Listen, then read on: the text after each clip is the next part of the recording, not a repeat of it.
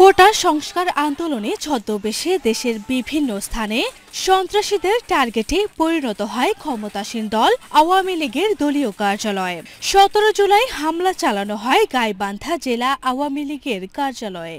এ সময় কার্যালয়ের সামনে থাকা বেশ কয়েকটি মোটরসাইকেল পুড়িয়ে দেয় দুর্বৃত্তরা। এছাড়া রেল স্টেশনেও ভাঙচুর চালায় তারা। আমরা ওসি জিএলপি বোনারপাড়াকে জানাছি, ওনারা জানানোর পরে ওনারা আবার সব কিছু তদন্ত সাপেক্ষে ওনারা একটা কেস দিছে। সেই দিন জেলা আওয়ামী লীগের নেতাদের ওপর চালানো হয় বর্বরচিত হামলা। এতে গুরুতর আহত হন জেলার বেশ কয়েকজন শীর্ষ স্থানীয় নেতা।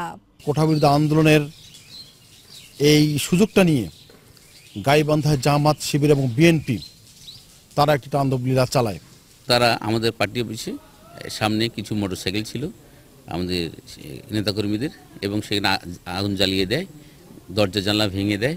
আওয়ামী লীগের দলীয় অফিসে হামলার ঘটনায় দুটি মামলা হয়েছে বলে জানিয়েছেন পুলিশ। বিক্ষোভের এক পর্যায়ে কিছু শৃঙ্খল বিক্ষোভকারী তারা পুলিশের উপর অতর্কিতভাবে ইট এবং রেললাইনের পাথর নিক্ষেপ শুরু করে।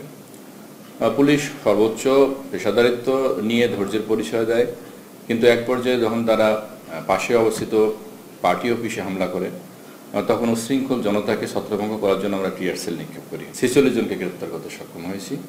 সহিংসতার ঘটনায় জড়িতদের দ্রুত আইনের আওতায় আনা হবে বলে জানিয়েছে প্রশাসন।